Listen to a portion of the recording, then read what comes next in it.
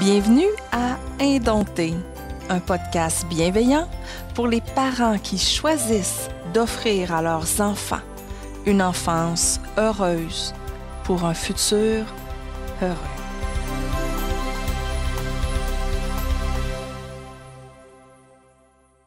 Aujourd'hui, on discute des définitions du unschooling et de la bienveillance. C'est un sujet qui est parfois un peu controversé. Si vous êtes déjà allé sur des groupes sur ces sujets-là, vous en êtes peut-être rendu compte.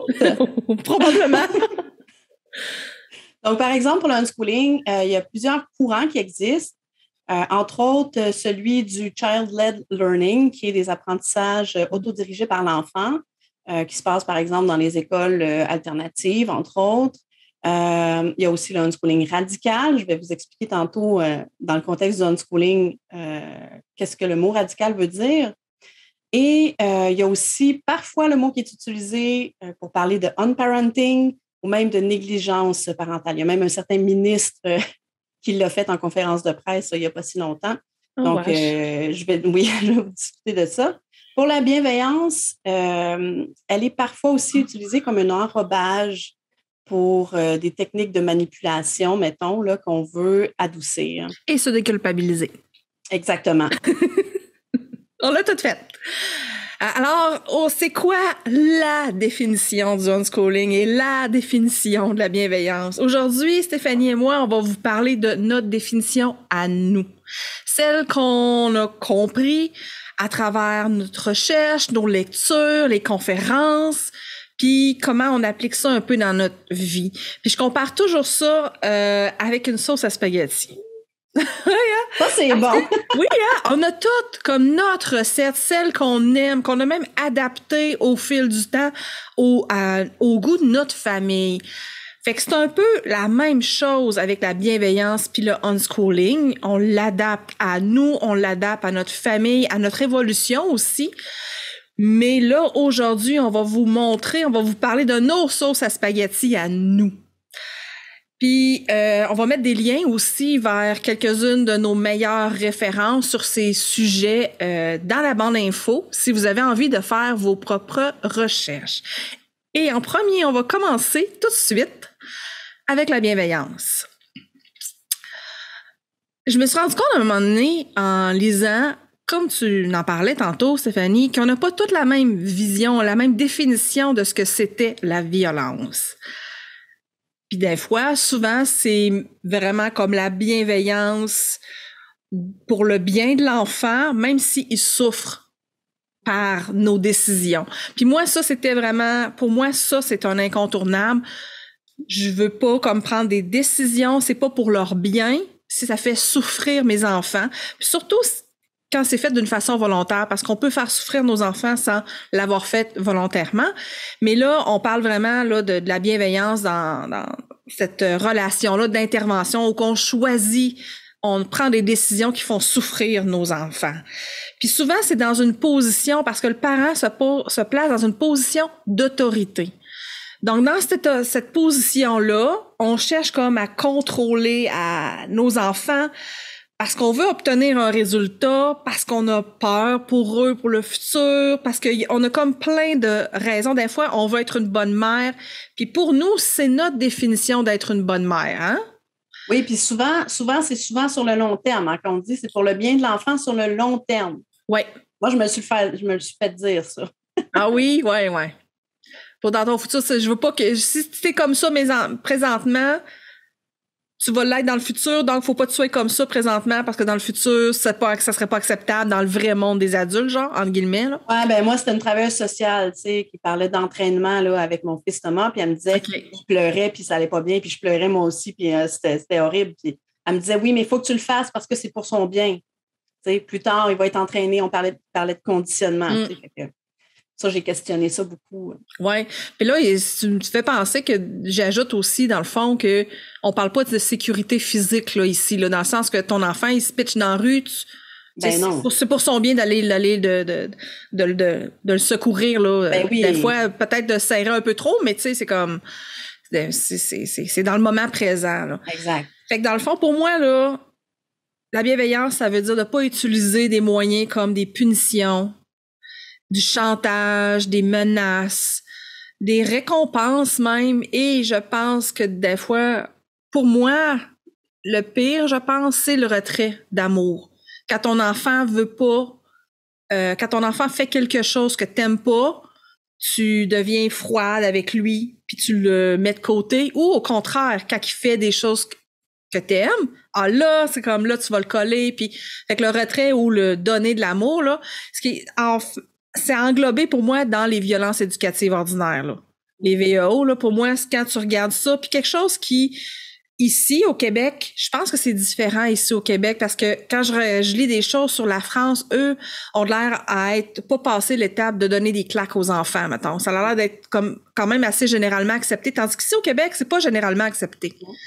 Mais on a évolué parce que ça l'était, éventuellement, à un moment donné, généralement accepté. Fait que je pense qu'au Québec, on est peut-être rendu là aussi, là, d'avoir un peu, de continuer puis d'explorer c'est quoi les autres formes de violence, là, envers les enfants. Parce qu'au Québec, on entend beaucoup parler de manipulation, là. Ouais. Là, on approche du temps des fêtes, là. On va peut-être en reparler. Moi, je veux en reparler dans un autre épisode, là, mais les fameuses activités dans le bas de Noël là, qu'on donne le temps pour maman, puis des trucs comme ça, là, ou les genre, tu te couches 10 minutes plus tard, ou des trucs comme ça. C'est de la manipulation, là. Oui, c'est ça. Même si c'est fait de façon inconsciente, là. Oui, ben c'est ça l'affaire, hein. Vu que des fois, nous, on l'a vécu, on va le faire inconsciemment, puis peut-être que là, vous allez nous écouter aujourd'hui, puis des prochains épisodes, puis ça va servir à ça, à juste faire « Ah oui, c'est vrai, j'avais pas pensé à ça », tu sais. Bref, le résultat, selon moi, de tout ça, d'utiliser les punitions, d'utiliser toute cette manipulation-là, fait en sorte que l'enfant, il a pas de pouvoir. Il sent qu'il a pas de pouvoir sur sa vie, que il est comme moins que les adultes, puis les adultes peuvent faire ce qu'ils veulent avec lui. Puis ce que ça fait, ça, c'est que l'enfant est encore plus vulnérable à l'abus. Le présent, mais futur aussi, là. Parce que dans sa tête, vu que les adultes, ses parents ont le droit de faire ces choses-là avec lui, ben ça veut dire que les autres aussi. Bref. Puis l'autre affaire aussi que ça a comme résultat, selon moi, c'est que ça fait comme une coupure dans la relation. Puis ça, je me souviens de le ressentir. C'est comme si on vient qu'on perd confiance en notre parent. Parce que notre parent nous fait souffrir. Il nous dit qu'il nous aime, mais il nous fait souffrir aussi. Donc, c'est comme si on se sent pas en sécurité vraiment avec lui, là. Il y a plusieurs niveaux, bien entendu, là. Mais ça fait en sorte que ça coupe la relation. Ça coupe ce lien-là, cette connexion-là. J'ai une question. Oui, vas-y. Parce que moi, j'entends ça souvent. On parle souvent de l'intention du parent. Fait qu'il y a des parents qui pensent que oui, mais là, mon enfant, il est super fatigué. Fait que là, il faut qu'il aille se coucher, il faut que je ferme la porte puis qu'il se couche. Puis c'est pour son bien. Fait qu'on ne pense pas qu'il y a nécessairement le même impact quand c'est une bonne intention ou quand on pense que c'est pour le bien de l'enfant, mais dans le fond, l'enfant, il apprend la même chose, là. Oui. Que ce soit un abus ou que ce soit, c'est sûr, il doit y avoir différents degrés, là, mais c'est pas nécessairement l'intention derrière le parent qui est importante, mais bien le ressenti de l'enfant. Totalement. Parce que puis je pense qu'en tant que parent, souvent, on a peut-être la misère à se mettre à la place de nos enfants ou même aller les questionner, ou il y a comme un genre de mur d'émotions qu'on a fait, puis parce que c'est pour leur bien, on va pas comme aller dans l'empathie. On reste comme à notre place sans émotion, puis là, on est froid, puis c'est ça. On diminue leur ressenti. Ouais. Et le fameux vert rouge, vert bleu que l'enfant fait la crise parce qu'on lui a donné le mauvais, là, on a tendance à pitcher ça avec le revers de la main, là, comme on dit. Mais dans le fond, l'enfant, pour lui, il vit la même chose que si ce serait un choix important dans sa vie à son âge. C'est un choix important, tu sais. Fait que souvent, le parent, je trouve qu'il diminue la réaction de l'enfant, tu sais. On dirait que c'est comme... Oui. On juge selon la situation de notre point de vue de parent, mais bon, si on se met à la place de l'enfant, pour lui, je veux dire, c'est des décisions, c'est les premières décisions qu'il prend là, quand il est tout petit, il a 2-3 ans, mais ça va marquer pour le futur, là. Définitif. Puis c'est pour ça que je vois vraiment les enfants comme des êtres humains à part entière. Ils sont pas moins importants que moi, sont autant importants. Ils ont moins d'expérience, mais ils ont quand même des émotions. Tu sais, je veux dire, pour moi, sont pas des sous-humains, ils sont pas comme un objet que je dois mouler, que je dois préparer ou tu sais, j'essaie de faire la part des choses, de ça, c'est mes besoins, mes peurs, puis maintenant, eux, c'est quoi l'expérience qu'ils ont.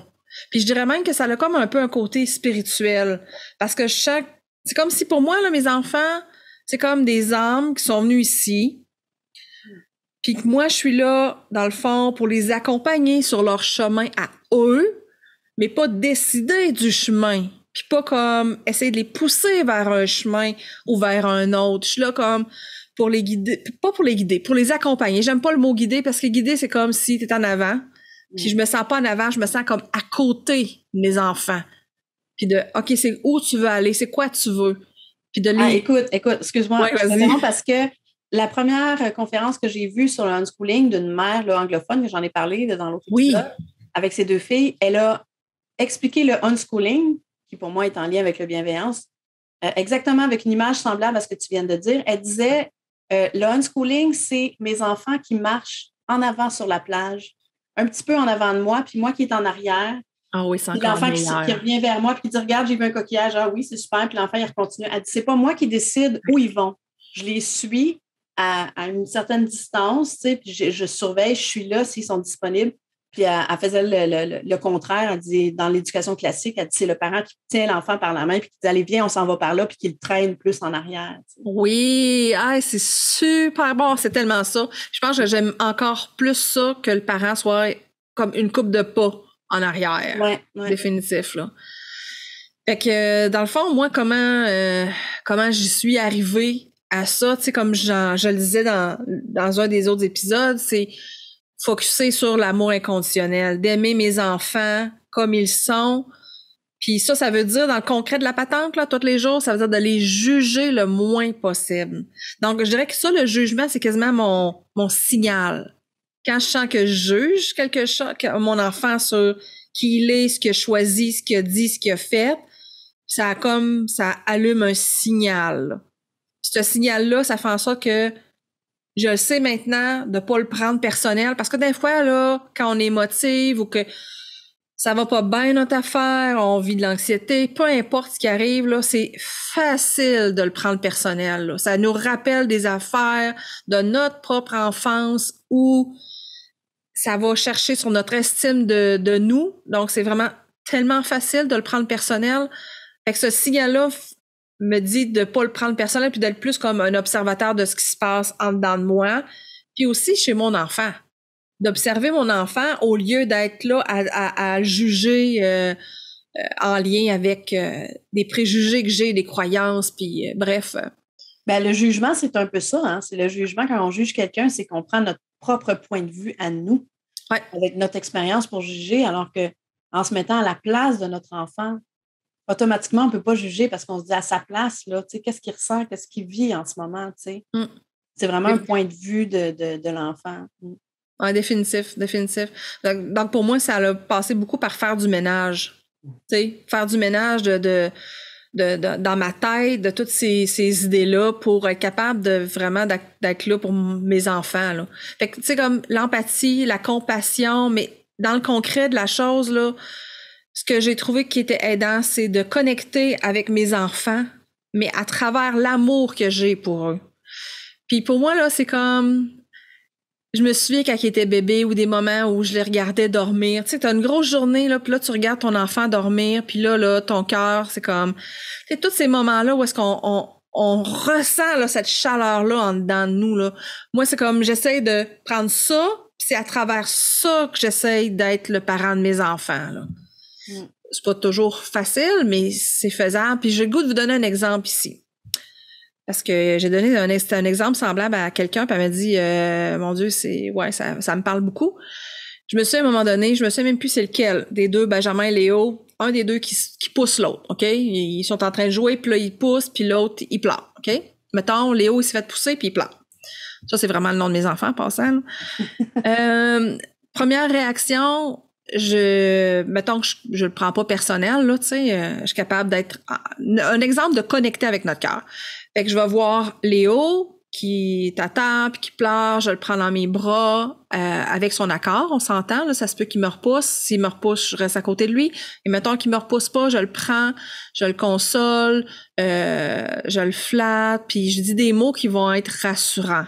Puis en même temps, je tourne le regard, puis je regarde Benjamin. Puis je le regarde pas en jugeant, je le regarde c'est comme avec des yeux d'empathie, puis je vais même lui demander « Ça va-tu, mon amour? Tu sais, as-tu besoin de moi? Viens vers moi. » Mon but, c'est d'avoir mes 2 enfants collés sur moi pour les rassurer, parce que je le sais que même si c'est facile de voir qu'un enfant qui pousse l'autre, c'est le méchant, puis le gentil. Non, il y a pas ça, là. Il y a une raison pour laquelle cet enfant-là, il a poussé son frère. Puis là, je le vois à travers l'amour que j'ai pour lui. Puis je vais m'intéresser à qu'est-ce qui s'est passé, puis essayer de répondre à son besoin. Là, c'est pas le temps d'analyser. Puis qu'est-ce qui a fait en sorte que tu as fait ça? Puis non, là, il est dans les émotions. Puis c'est pareil comme quand on est, nous, dans les émotions.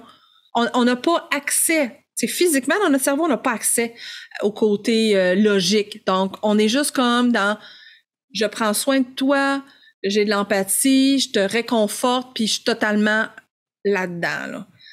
Fait que pour moi, ça, c'est un exemple de je connecte avec mes enfants à travers mon cœur, l'amour que j'ai pour eux et non comme tous mes jugements, toutes mes peurs, puis toutes mes ah, c'est pas gentil parce que des fois, quand ça arrive sur le coup, là, nous aussi, on s'est déjà fait pousser. Nous aussi, on s'est déjà fait taper. Puis c'est facile de s'identifier puis de vouloir punir l'autre parce que c'est ça qu'on a. Puis avec beaucoup d'enfants, là, tu vas m'excuser parce que j'ai un peu les larmes aussi. Ah oui? À cause de ce que j'ai dit? C'est quelque chose qui me touche beaucoup, ça, ce que tu viens de raconter, parce que moi, j'ai pas vécu ça du tout. Non, moi non plus. J'étais une enfant sensible, donc ça a été... Puis avec mes enfants aussi, ça a été difficile au début parce que moi, c'est pas ça du tout que j'ai fait, là. Moi, j'étais dans l'analyse, comme tu disais tantôt. Je suis allée lire sur les sujets, puis ça touche aussi un peu la bienveillance qu'on disait tantôt, qui est de la manipulation, tu sais. Je suis allée lire les trucs, puis ça disait toujours, tu sais, il faut donner de l'attention à l'enfant qui est victime. Tu sais, on mettait victime puis agresseur là, sur nos enfants, tu sais. C'est vraiment, en tout cas, moi, je trouve ça horrible. Là. Puis je l'ai fait avec mes enfants, puis je sentais que ça ne fitait pas, tu sais, ça allait pas bien. Puis j'avais du mal à voir. Puis je pense que c'est des questions que j'ai vues beaucoup aussi sur les groupes là, de parents. Là, c'est comment qu'on réagit dans ce temps-là. Là. Ben, c'est ça. Je pense que la bienveillance avec toutes les parties, toutes les personnes impliquées là-dedans, là, c'est la meilleure réponse qu'on peut avoir. Oui, parce que c'est fort ce que ça fait comme réaction. Parce que je me souviens de moments où moi, j'ai fait quelque chose qui a fait mal à mes frères, puis mon intention, c'était pas de leur faire mal. Puis j'ai été surprise, puis je dirais que c'est là l'apprentissage, de faire « Oh mon Dieu, ça y a fait mal », puis de te sentir un peu coupable, mais de voir comme « OK, hey, tu sais, c'est fort ce qui s'est passé là, mais quand ton parent en plus vient te dire « Ah, c'est méchant ce que t'as fait », c'est quoi t'apprends? T'apprends que t'es méchante, puis que tu fais du mal aux autres, puis que t'es pas correct, puis que t'es pas bon, puis tout. Tu sais, quand on est adulte, là, je trouve que en tout cas, pour certains, c'est dur des fois de gérer nos émotions dans certaines situations. Fait que, tu sais, j'imagine même pas un jeune enfant qui apprend. Moi, j'ai vu chez mes enfants des trucs que je trouvais extrêmement violents puis agressifs. Genre, les jeunes enfants, tu sais, il y a une période vers 4 ans où l'enfant est frustré, tu sais, parce qu'il se met à vouloir faire des choses. Puis ce que je lisais là-dessus, c'était ça. Il disait qu'il y a des pics d'agressivité chez l'enfant à 4 ans à cause des hormones. Je trouvais ça horrible, tu sais, qu'il décrit ça comme ça. Dans le fond, c'est simplement l'enfant, c'est comme s'il y a une fonction qui s'allume dans son corps, là. Là, tout à coup, il est fâché, puis tu sais, il rage. On a vu, les enfants, comment c'est. Bon, ça peut arriver à un adulte, là.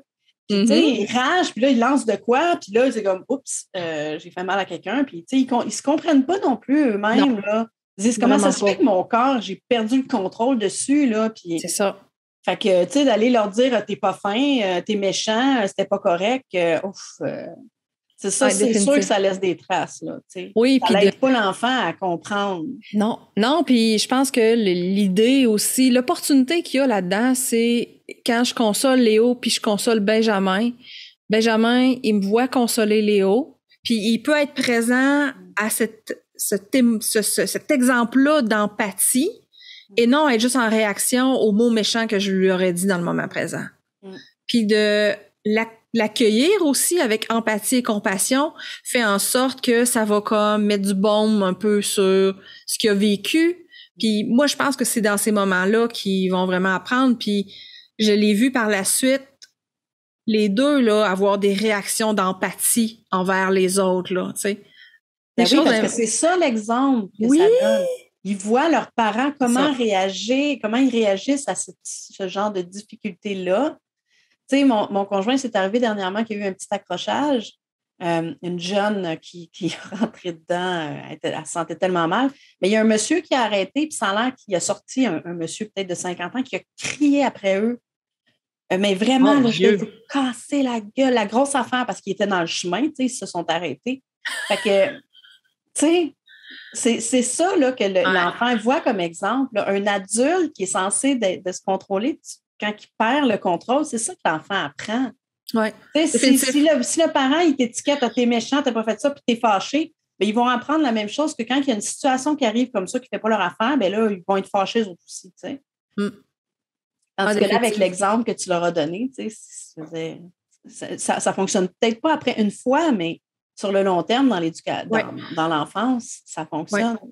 Ah oui, puis souvent, tu sais, ils s'excusent ou ils vont comme caresser, tu sais, ben Léo va caresser le bras de Léo, tu sais, on sent qu'il y a vraiment comme de l'empathie. Ils vont pas nécessairement dire je m'excuse, des fois oui là, mais tu le sens qu'il y a de l'empathie là. Puis je pense que les gens, quand on vit pas ça, parce que la plupart on l'a pas vécu, ça fait en sorte qu'on devient des adultes on a de la misère à l'avoir, l'empathie envers les autres, là, parce qu'on en a pas eu. Tu sais? On n'a pas eu l'exemple, c'est ça.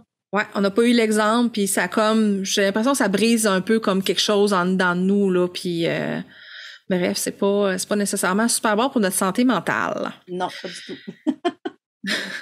Fait que dans le fond, j'ai comme des petits trucs que j'ai comme parce que dans des situations avec nos enfants où est-ce qu'on veut être bienveillant, parce que beaucoup de monde ont l'intention d'être bienveillant, je me pose souvent la question, est-ce que ça, là, en ce moment, ce que je veux faire avec mon enfant, c'est pour leur bien à eux, leur vrai bien à eux, ou mon bien à moi? Puis souvent, c'est vraiment en relation avec des choses, comme on disait tantôt, du futur. Genre, c'est pour son bien, parce qu'à long terme, ça va être bon pour lui. Fait que des fois, il faut comme analyser un peu, parce que je me suis rendu compte que souvent, les choses que je voulais, mettons, mon premier ressenti, c'était de vouloir telle ou telle chose pour eux, là, me rendre compte que, man, OK, c'est moi, là. Là, j'ai peur. J'ai peur que dans le futur, ils n'arrivent pas à faire telle affaire, à se forcer, tu sais, à travailler dur. Fait que là, je vais le laisser se débrouiller toute seule. Comprends-tu? Mais ça, c'est pour mon bien à moi. Ouais. C'est moi qui veux la paix d'esprit. Comme ça, si si je vois en ce moment mon enfant faire des efforts, OK, c'est beau, je m'en lave les mains. Il va être correct pour le futur, il est bien équipé. Mais c'est pas vraiment pour son bien à lui, là, tu sais. Puis en plus, quel futur? Je veux dire, quand on regarde là, 20 ans, c'est comme, on le sait pas, ça va être quoi le futur on sait tellement pas de choses avec toutes les technologies puis les choses qui peuvent apprendre, même au niveau des relations, parce que, tu sais, je parle pas du monde du travail, mais au niveau des relations, il y a beaucoup de choses qui peuvent changer grâce à ces outils-là. Bref, je pense que c'est mieux de faire en sorte que nos enfants ne s'adaptent pas à la société, mais qu'on crée une société qui s'adapte aux besoins des gens le plus possible. Un peu pareil comme les naissances, hein? On a humanisé les naissances. Là, comme c'est le temps d'humaniser l'enfance, puis l'expérience de tous les êtres humains. Tu sais, comme commencer à avoir comme de l'empathie envers tout le monde, puis à place de faire comme non, c'est pas comme ça que ça marche, c'est comme comment est-ce qu'on pourrait faire en sorte que ça fonctionne pour qu'on se sente tous bien. J'ai vu une conférence l'autre jour d'un monsieur, c'est un homme d'affaires méga connu. Je ne vais pas le nommer, là, mais il est vraiment méga connu. Pas dans le top 3, mettons, mais en tout cas. Puis il disait par rapport à l'éducation, il dit ce qu'il faut éduquer nos enfants, c'est tout ce que les robots ne seront pas capables de faire. Fait qu'il nommait les arts, mais il nommait l'empathie, la relation humaine, comment gérer ses propres relations humaines, comment gérer ses émotions, puis il y avait aussi les arts et la culture là-dedans, là.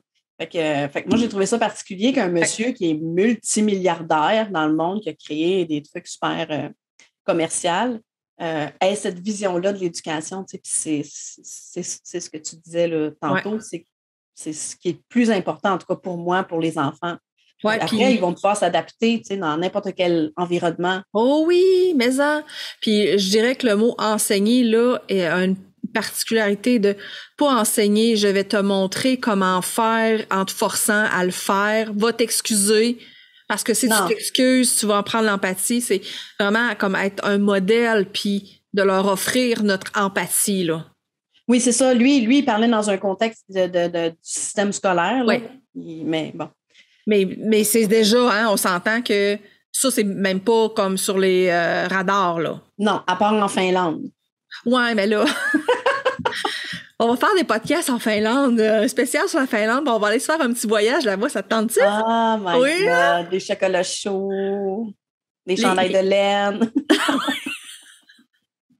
Les croissants et toutes les viennoiseries, bref.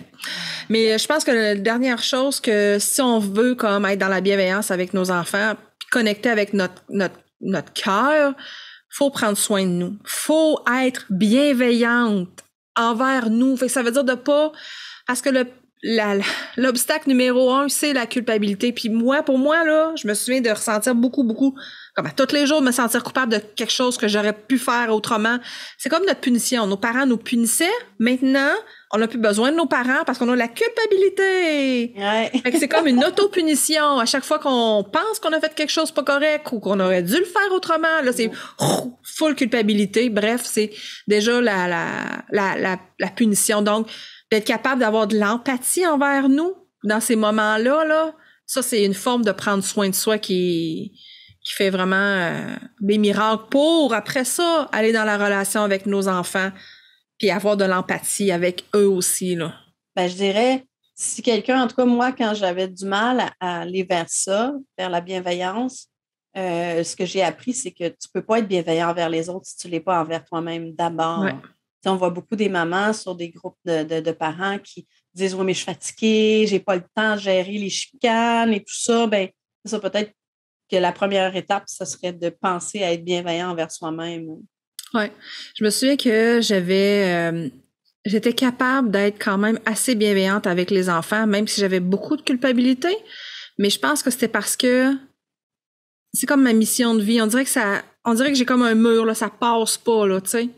Je sais pas pourquoi. Peut-être je vais comprendre c'est quoi. Mais du moment où j'ai été plus bienveillante envers moi-même, un peu pareil comme l'unschooling, au moment où j'étais capable de voir les apprentissages autrement puis de me permettre d'apprendre de ma façon puis ce que j'avais envie, là, c'est là que ça l'a comme changé. Ou est-ce que là, ça l'a tellement détendu toutes les affaires que là, être bienveillante était plus dans autant chaotique, je dirais, autant, tu sais, ça me faisait monter moins de résistance, mettons. C'était plus facile d'accéder à je suis là dans mon cœur, dans le moment présent avec mes enfants. Là. Est-ce que tu penses que ça vient de ton enfance? Je pense que oui, ça vient de mon enfance. C'est comme il s'est passé quelque chose, puis que là, le fait que je décide, OK, ben moi, j'en aurais pas d'enfants parce que je vais pas les faire souffrir, ça l'a comme créé quelque chose de super solide. Mais ça, c'est dans la relation avec mes enfants. Là. Je travaille encore sur ma relation de couple à ce niveau-là, là, parce que c'est à un autre niveau. Mais avec mes enfants, on dirait que le mur était plus solide et moins perméable. Mais c'est ça, avec nos enfants, souvent, il y a des choses qu'on reproduit, mais il y a des choses qu'on est sûr qu'on ne veut pas reproduire. Là. Moi, je pense que c'est le mot justice qui m'a qui m'a amené vers justement le quotidien là, dans le unschooling, là, la justice pour chaque personne. Là. Donc, puis toi, ta définition du unschooling, tabarouette. tu es rendu là à plonger là, dans l'unschooling. Ça, je peux parler de plein d'affaires. Je vais commencer par le début, mettons, OK? Oui. Donc, c'est quoi le unschooling? Je le dis comme ça parce que on le sait, puis je suis sûre que tu le sais, puis tu l'as vu sur les groupes de unschooling, sur les réseaux sociaux. Il y a toujours un débat là-dessus. Il y a toujours ah oui, mais moi, c'est pas ça l'unschooling. Ah oui, mais c'est pas ça. Il y a la version de Sandra Dodd aux États-Unis. Il y a toutes sortes de versions. le mot à la source, est-ce que tu sais d'où il vient, le mot unschooling? Non, pas en tout. Peut-être que je l'ai lu un moment donné, mais là, c'est comme non. Parce que c'est John Holt, qui est un pédagogue américain, dans le fond, qui appliquait de nouvelles réformes aux États-Unis, puis il a vu que ça ne fonctionnait pas. C'est là qu'il s'est dit, il faut sortir les enfants de l'école parce que de l'intérieur du système, on ne peut pas changer ça. Il a sorti les enfants de l'école. Je pense qu'il y a eu un genre de labo là, où il observait les enfants et tout ça, comment qu'ils apprenaient. C'est là qu'il a écrit ses livres sur l'unschooling. Mais le mot unschooling viendrait, selon ce que j'ai lu, d'une campagne qui se passait aux États-Unis. Ça se passe dans les années 70, une campagne de l'entreprise Coca-Cola. Hein? Il y avait un compétiteur qui avait sorti une liqueur qui avait appelé le On-Cola pour compétitionner le Coca-Cola. C'est là qu'il aurait eu l'idée d'appeler ça, parce que là, il ne voulait pas faire homeschooling parce qu'il disait qu'il ne faut pas reproduire l'école dans la maison. Ouais. Donc, c'est là qu'il aurait sorti le mot unschooling. Donc, c'est chouette, je ne savais pas ça. Oui, c'est la petite histoire de l'invention du mot. Donc, la définition de John Holt, je vais vous la lire, là, parce que pour moi, l'unschooling, ça vient de lui à la base, mais quand on parle d'unschooling, c'est aussi une méthode naturelle d'apprendre qui existe depuis des années. Là. Ça n'avait pas de nom avant, mais mettons que c'est lui le premier. Depuis le début de l'être humain? Ben oui, c'est ça. C'était avant. C'est comme si on y revient. Là, oui, tout à fait. Fait que John Holt, il dit que les enfants n'ont pas besoin d'être obligés pour apprendre. Ils le font naturellement si on leur donne la liberté de suivre leurs propres intérêts ainsi qu'un accès à de multiples ressources. Cette ligne de pensée devint le unschooling, les apprentissages informels ou les apprentissages autonomes. Donc, ça, c'est sa description à lui. Oui, c'est bon. Très, très bon. C'est simple, tu sais. Ouais. Ensuite, le unschooling, ça peut être... Moi, j'ai vu deux versions.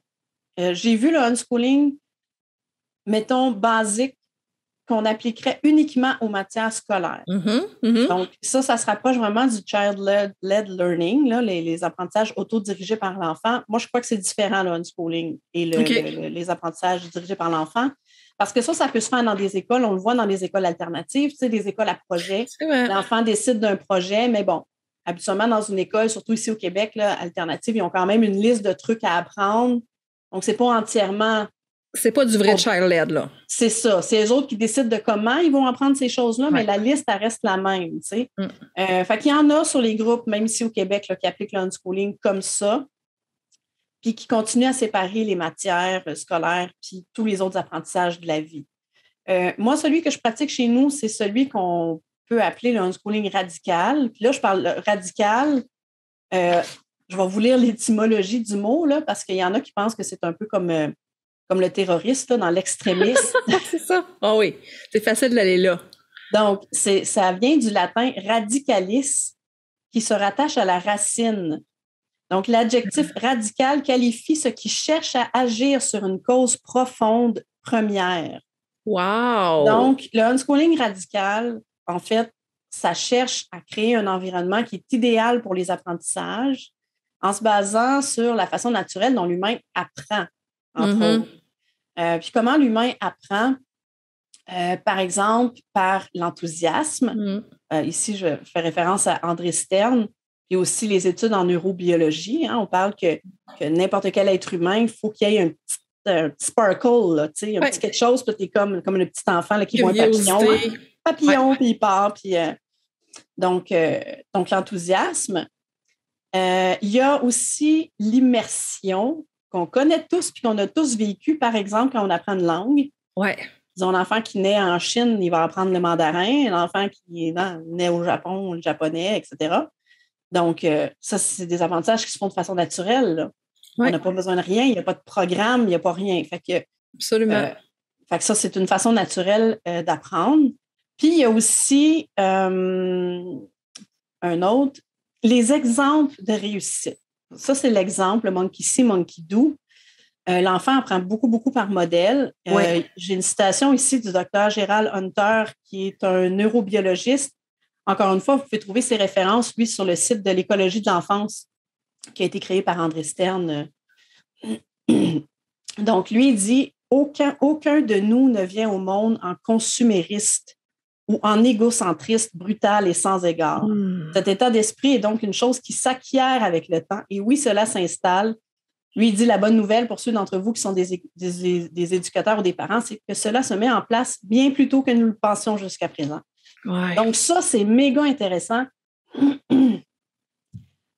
Il a parlé d'une étude qu'ils ont fait chez de très jeunes enfants. Je me souviens plus, c'est 1 an ou 2 ans. Puis, il leur montrait des images très, très simplistes. Je pense que c'était sur un écran, avec un petit bonhomme rouge et un petit bonhomme bleu. Je pense qu'il y en avait un vert à un moment donné, avec un escalier. Puis là, il leur montrait des trucs. Puis dans la salle où ils étaient, ils avaient les mêmes éléments que dans l'image qu'ils voyaient. Donc, il y avait une boule, mettons une boule verte, OK? Fait que là, sur l'image, il voit le petit bonhomme bleu qui prend la boule verte et qui essaie de monter l'escalier avec sa boule, puis qui pousse, tu sais. Fait que, il y a du mal. Là, tu as l'autre petit bonhomme rouge. Je ne sais pas si c'est le bleu ou le rouge, j'ai dit, mais en tout cas, l'autre bonhomme, il vient, puis il finit par l'aider, puis il monte. Donc, quand il montrait ça aux enfants, il mettait 2 bébés ensemble avec la boule. Les enfants reproduisaient ce qu'ils voyaient à l'écran. Et ils ont fait la même chose, mais là, cette fois-ci, avec l'autre enfant qui vient, qui pousse l'autre bonhomme de l'autre couleur et qui prend la boule. Et les enfants répétaient exactement la même chose. Oh mon Dieu, hein? C'est fort.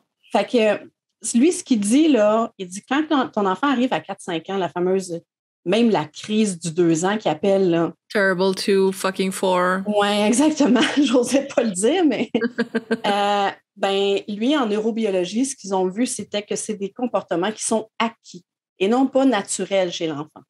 Ça, c'est rough quand on apprend ça. Moi j'ai trouvé ça vraiment rough parce que je me suis dit, mon enfant qui fait des crises, là, c'est ma faute. Là, on dit faute, plutôt on est responsable de ça. C'est pas une faute, là, c'est de la responsabilité, mais bon. Donc, c'est comme ça que les enfants apprennent. Fait que le unschooling, c'est ça, c'est la base de comment notre enfant apprend. Alors, ça commence par, je dirais, une déscolarisation, c'est-à-dire qu'il faut réfléchir. Moi, je dirais que c'est toujours par rapport à l'école, là, parce qu'on se déscolarise, parce qu'on était à l'école et tout ça. Donc, le unschooling, c'est le début, là, c'est vraiment d'apprendre, de se questionner sur notre propre éducation à l'école. Comment qu'on a appris? C'est-tu si magique que ça? Attends un petit peu, j'ai un autre exemple. Ah oui, je ne sais pas si tu as vu, c'est une petite BD qu'on voit des fois sur les réseaux sociaux, un jeune qui arrive avec son diplôme dans les mains à l'université qui dit « Je vous retourne mon diplôme, je voudrais être remboursé. » Ça n'a pas fonctionné. Oh, OK! Donc, j'ai lu un article intéressant. L'autre fois, je ne me souviens pas, par exemple, c'est quoi la référence, je l'ai dans mes trucs. C'était que même les diplômes, là, je veux dire, c'est le jeune qui l'a appris, là. C'est pas l'école.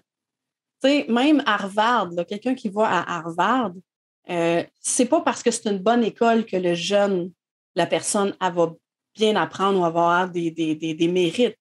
C'est elle, c'est son processus, c'est la personne qui va accepter d'être là, qui va accepter de faire le travail, qui va réfléchir et tout ça. Donc, la déscolarisation, je dirais, c'est vraiment se réapproprier d'abord, nous, qu'est-ce qu'on a appris, tu sais. Moi, à l'école, j'étais quelqu'un de très... je faisais tout ce qu'on me disait. Je voulais absolument être bonne, pas trop, pour pas me faire niaiser, tu sais, pour pas être dans les meilleurs. Le danger, hein? C'est ça. Mais chaque enfant, on réagit d'une façon différente aux apprentissages, mais ça reste un choix. L'enfant qui résiste, c'est un choix. Il y a une raison, tu sais, tout ça. Donc, je dirais que la première étape là, pour comprendre l'unschooling, là, je vous dis ça, là, c'est parce que je ne peux pas vous donner une définition d'unschooling, puis vous ne saurez pas ce que c'est aujourd'hui là, avec la définition. Je pense que c'est un processus de réflexion personnelle qui vont tranquillement nous mener. Tu sais, on ne peut pas se défaire de tous ces conditionnements-là d'un coup. Fait que je pense que c'est un processus. On les remet une à une dans le quotidien quand on vit avec nos enfants. Il se passe quelque chose, puis là, on sent comme « Ah, regardons ça, c'est quelque chose qui me vient de mon vécu scolaire aussi. Comment je fais maintenant pour comme... » aller voir plus loin, là. C'est ça, exactement. Mais l'affaire, c'est que quand on découvre vraiment la façon d'apprendre, bien, on voit qu'il y en a pas de limite, là. On peut apprendre n'importe quoi avec n'importe quel sujet, avec n'importe quel intérêt, et qu'il y a des rythmes... bon, là, c'est ça. Là, je voulais parler, dans le fond, du système éducatif, là. Ouais. Comparativement au système éducatif, c'est que le système, il fait en sorte que tout le monde est égal. Mm-hmm. Et c'est pas ça qu'on a, tu sais, chaque individu est tellement différent que ça peut pas être égal. Faut que ça soit plutôt, le mot que j'avais ici, c'est équitable. Ouais. Donc, le système, lui, il veut que tout le monde apprenne exactement au même moment, exactement en même temps et tout ça. Donc, ça crée, veut pas, des troubles d'apprentissage, mais en tout cas, moi personnellement, de façon, tu sais, je dis pas que ça n'existe pas, mais pour moi, c'est pas un diagnostic ou une maladie, ça fait plutôt référence à nos différences personnelles, c'est ça. d'apprendre et tout ça. Donc, Donc, c'est ça. Donc, le unschooling, c'est vraiment une philosophie de vie qui demande, premièrement, de laisser tomber son contrôle, puis son autorité sur les enfants pour aller vers... Là, c'est là que je trouve que ça ressemble à la bienveillance, ça touche la bienveillance, c'est pour aller vers le respect de l'individu, comme tu disais tantôt, que l'enfant, c'est une personne à part entière. Ouais. Donc, pour moi, c'est important au niveau de l'intégrité physique, mentale, émotionnelle. Puis aussi l'accompagnement sans jugement. Donc, concrètement, là, parce que là, je vous ai pitché plein d'affaires. Concrètement, là, comment ça se passe là, au quotidien? C'est que l'enfant qui n'est pas micro-managé, là, tu sais, qu'on ne dit pas, là, ce matin, tu te laves les mains, puis après ça, tu manges, puis après ça, tu arrêtes de manger, puis après ça, tu t'habilles, puis après ça, tu apprends, là, aujourd'hui, on va apprendre la lettre A et tout ça. Donc, l'enfant qui vit dans un environnement où il est libre, comme Gerald Hunter le disait tantôt, là, le neurobiologiste, l'enfant va vivre dans sa vie naturelle. Tu sais, c'est comme l'unschooling, ça serait ça, vivre sa vie normale, OK? Puis il va vouloir de façon naturelle apprendre des choses autour de lui, il va avoir un enthousiasme. Puis comme parent, dans le fond, dans le unschooling, on est juste une espèce d'accompagnant, un facilitateur. Là, bien sûr, on est aussi, on le protège, puis bon, légalement, on a cette responsabilité-là. Là. Mais au niveau de l'apprentissage, on est juste là pour accompagner l'enfant. Ouais. Puis ça, c'est une croyance qu'on a que si on ne contrôle pas l'enfant ne va rien faire. Mm-hmm. Je dirais que c'est plutôt l'inverse. C'est plus on contrôle l'enfant, plus quand on va lui donner une liberté, une journée, une semaine, il y en a tellement plein la tête là, que là, il ne voudra plus rien faire parce que là, il va se dire, bon, j'en fais tellement là, que là, je veux juste me reposer, rien faire. Alors qu'un enfant qui vit le unschooling et qui a beaucoup de liberté, il ne va pas remplir son temps juste à rien faire. Puis c'est l'inverse. Il va vouloir le remplir, répondre à ses questions, aller faire des projets, des trucs comme ça. Ils restent curieux. Les enfants restent tout le temps curieux parce que cette curiosité-là n'a pas été comme stoppée avec des réponses toutes faites. L'adulte, en tant qu'adulte, on connaît la réponse, puis toi, tu fais juste apprendre c'est quoi la réponse. Il n'y a pas de ça. C'est l'enfant qui cherche, qui a les questions, puis qui va répondre à ces questions avec l'adulte ou sans l'adulte. Sa curiosité reste tout le temps là, là. C'est ça, mais il y en a aussi que leur questionnement va s'éteindre carrément. Oui. Le professeur Gerald Hunter, le neurobiologiste, il disait que l'enthousiasme est très, très, très à un très haut niveau quand l'enfant est jeune. Et puis, il disait vers 4-5 ans, il dit ça s'éteint presque complètement. Puis là, il disait aux gens dans la salle, il dit qu'est-ce que vous pensez qui arrive à 5 ans? Oui, l'école. Donc, parce que souvent, les parents sur les groupes d'unschooling, c'est ça qu'ils me disaient. Ils me disaient, oui, mais moi, mon enfant, si je le laisse libre, il ne fait pas rien. Ouais. Ou il ne fait que dessiner, ou il ne fait que jouer à des jeux vidéo, ou il ne fait que toujours la même chose, tu sais. Donc, il y en a qui pensent que, par exemple, quand je parle de mes enfants qui ont plein de projets, ils disent, mais tes enfants sont spéciaux, là. C'est ça, oui! Il y en a qui sont comme ça, mais il y en a qui ne sont pas comme ça. Ça, c'est pas vrai. Non. Je pense que ben oui, les enfants sont tous différents, là. Mais au niveau de l'enthousiasme d'apprendre, ça peut se tuer, cet enthousiasme-là. Oui. Imaginez vous-même, moi, je donnais toujours cet exemple-là. Moi, j'imagine si demain matin, là, il y a quelqu'un là, que je ne connais pas, là, mettons, ou même quelqu'un que je connais, mon conjoint, mettons, il vient me réveiller. Puis là, il me dit, OK, là, il faut que tu t'habilles. Allez, dépêche-toi, tu vas manger. Puis je ne choisis pas qu'est-ce que je mange. Puis là, mais je n'ai pas fini de manger ou je n'ai pas faim. Non, tu es obligé de manger parce que là, tu as ton autobus à prendre. Là, tu t'en vas prendre ton autobus, puis là, il faut que tu te laves les mains, puis là, il faut que tu te brosses les dents, puis non, là, c'est la pause, tu t'en vas dehors. Non, là, tu rentres en dedans. Là, il faut que tu mettes ton manteau là. Imaginez toute la journée. Là. Stress. J'avais vu ça sur les réseaux sociaux, là, quelqu'un qui avait fait ça, mais c'était un enfant qui allait à l'école puis qui perdait sa mitaine. Là. Il, il décrivait complètement, le parent, il avait décrit complètement minute après minute ce que son enfant vivait dans sa journée. Puis, je pense qu'il n'y a aucun adulte qui endurerait ça. Non. Donc, c'est certain que les enfants qui vivent ça, à un moment donné, tu peux pas t'engager dans rien parce qu'ils ont 5 minutes pour jouer, ils commencent quelque chose, puis tu dis, ah non, là, il faut t'arrêter, là, il faut que tu viennes manger. Ouais, ou les récréations, hein, les récréations, c'est comme... Mais oui, ouais. Tu lis un livre, là, tu veux lire, ah non, mais là, c'est plus le temps de lire, là, c'est le temps de faire des mathématiques. C'est ça. Ouais, à la longue, au fil des années, il y a peut-être des enfants qui résistent plus, mais à un moment donné, il y a des enfants qui vont simplement se dire, bon, ben, à quoi bon? À quoi bon avoir un intérêt ou avoir quelque chose? Ou, tu sais, les enfants, oui, mais telle question, il y a une question, ben là, c'est pas le temps tout de suite, garde ta question, on répondra tantôt. Ben, c'est ça. Ça marche pas nécessairement. Oui, définitif. Donc, c'est ça. Fait que moi, au quotidien, mes exemples que je dirais, ce serait moi, ce qui m'aide là, dans mon quotidien, c'est ma fameuse phrase offrir plutôt que limiter.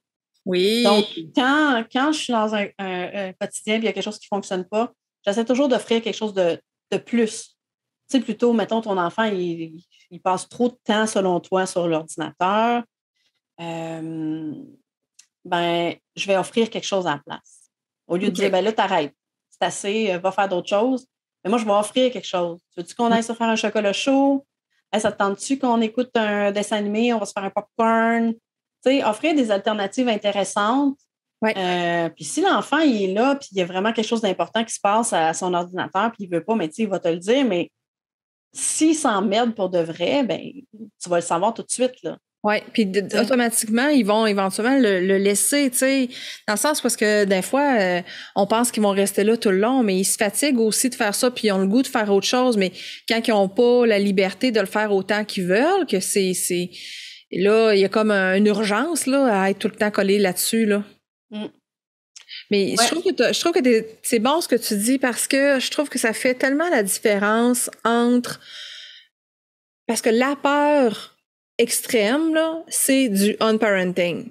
Vous laissez faire ce que vous voulez à vos enfants, puis ça va en faire des petits monstres, tu sais, comme vraiment, là, aller à l'opposé. Puis là, dans tout ce que tu dis, là, le parent est encore plus impliqué que jamais, là. Il accompagner ses enfants, mais t'es là, t'es présente, tu vas voir ce qu'ils font à l'ordinateur, tu vas jaser avec eux, tu regardes c'est quoi leurs besoins, tu leur poses des questions. Oui, c'est ça. Puis, c'est ça. Ça, c'est une difficulté dans la déscolarisation. C'est que même si on ne le veut pas, même si on fait une partie de déscolarisation, souvent, on va essayer de transposer la même chose qu'à l'école. Puis là, on va les laisser faire. On pense, c'est ça. Ça, c'est une chose que le unschooling n'est pas, c'est de laisser faire les enfants tout ce qu'ils veulent. C'est pas ça du tout, dans le fond. C'est vraiment de l'accompagnement. Un peu comme du mentorat. Je pense que la comparaison avec le mentorat, c'est une bonne chose. Donc, dans n'importe quelle activité qu'ils vont faire, on est là aussi. Puis c'est sûr que des fois, l'enfant il a besoin d'être un peu stimulé. Des fois, il a besoin de nouveaux matériels ou il a besoin qu'on lui ouvre d'autres intérêts, parce que, bon, là, c'est sûr qu'avec les ordinateurs de nos jours, le monde est comme à la portée de tous, là, mais c'est tellement vaste que des fois, c'est ça, on peut amener des sujets, on peut amener des choses intéressantes. Puis l'autre chose aussi que je pense, là, dans le quotidien, là, c'est difficile parce que c'est un sujet qui est super vaste, là, j'essaie de vous donner juste quelques exemples. Changer son propre comportement, c'est ça, donner l'exemple aussi. Donc, s'il y a quelque chose qu'on veut que notre enfant apprenne, ben, tu sais, c'est sûr que si le parent il se dit, ben, mon enfant, il n'apprend jamais rien, toi, comme parent, apprends-tu des nouvelles choses? C'est bon! Apprends-tu une langue? Tu montres-tu à ton enfant que tu continues à apprendre, à découvrir des affaires? Tu fais-tu des recherches sur Internet quand vous parlez d'un sujet ou, tu sais, ou si tu es tout le temps occupé parce que là, tu as un petit bébé, tu as les repas à faire, le lavage et tout ça. Fait que montrer l'exemple aussi, donner une espèce de modèle d'apprentissage aussi. Fait que l'enfant il va vouloir faire comme nous. T'sais. Bon, moi, j'avais une entreprise à la maison.